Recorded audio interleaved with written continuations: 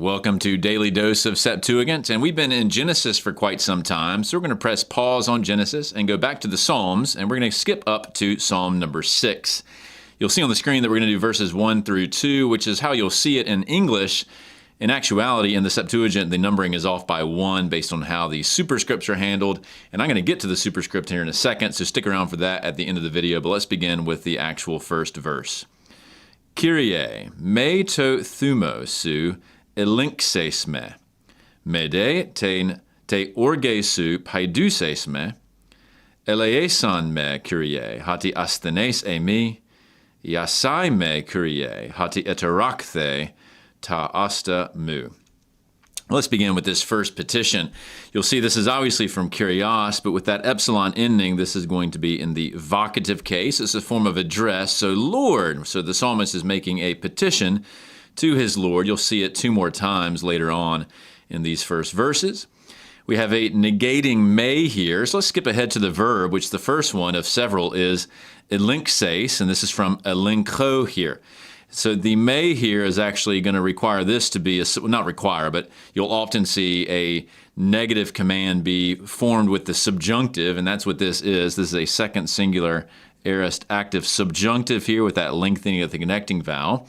And that word means rebuke or reproach or something like that. We'll go with rebuke. So, Lord, do not rebuke me. And then we have to thumo. This is from thumos, which means anger or perhaps wrath. So do not rebuke me in your wrath. Next line.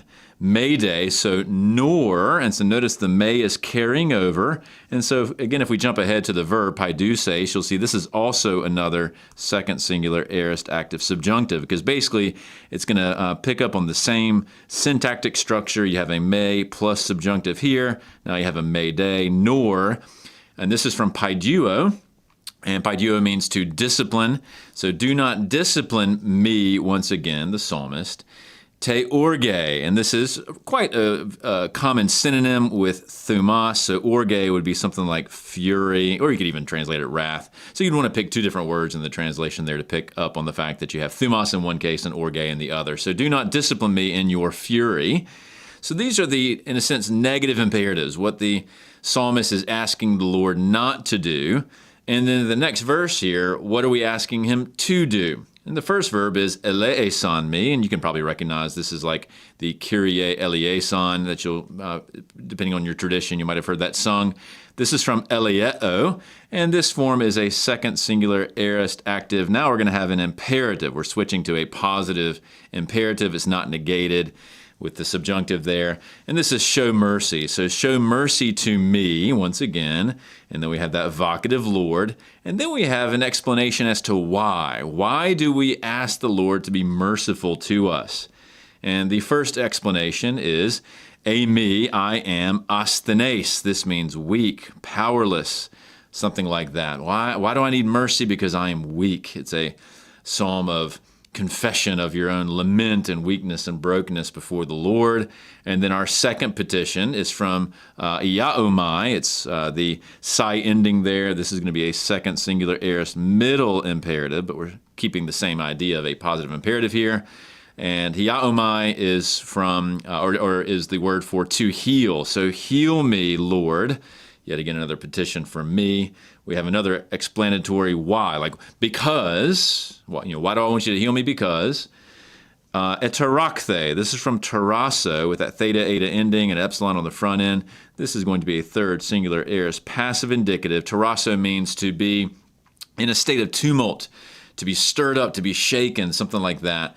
And it's ta asta, my bones. All of my bones are rattling within me because of my weakness and my sense of brokenness before the Lord. So the psalmist begins with this petition to the Lord not to rebuke and to chastise or discipline, and then positively to show mercy and to heal because of my state.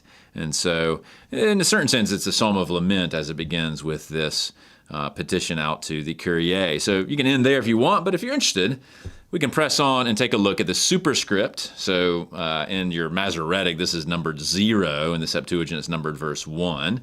And it's quite interesting. I'm going to do a whole video down the road on these superscriptions of the Greek Psalter. So this is our first taste of that.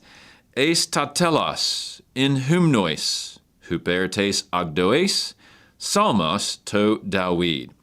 And so what we're going to do here is compare some of these phrases to the underlying Hebrew. So if you have seen this, of course, in an English translation, typically you'll see something like to the choir director or to the music director, because this is Lemenetziach is the best idea we have is that this is referring to some sort of musician who's leading the singing. The Greek translator, though, and this is very, very common, translates that as eis ta telos, is very word for word. Eis here is picking up on that lamed, and then Menetziach, with different vowel pointing, does mean the end, like the end of a certain era of time. And that's what ta telos is. So really the translation here is to the end, which of course sounds very clunky and strange, but a lot of the superscripts are. The next phrase is begenitiot or something like that. And a lot of times you'll see this Hebrew picked up as something like, with stringed instruments or something like that. The translator here has taken it as a musical term, in or through the form of hymns. So hymnois there is from hymnos, which is hymn. That's where we get our English word from. So in the form of songs, plural is interesting. And then we have hupertes agdoes.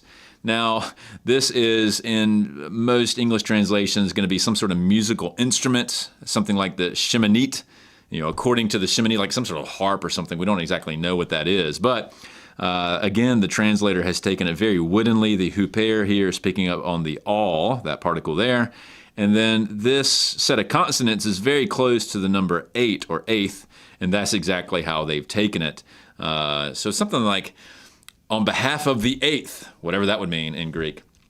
Lastly, we have psalmos to Dauid, mizmor le David in the Hebrew. So that's pretty nice, a psalm of David. Now, one of the things, if you're familiar with psalm studies, is that a lot of the psalms have this le David in its superscript. And the big debate has been whether this is a psalm by David, taking the lamed as a sort of authorial lamed, or it's a psalm to David, that is, we're singing on his behalf, it's dedicated to him.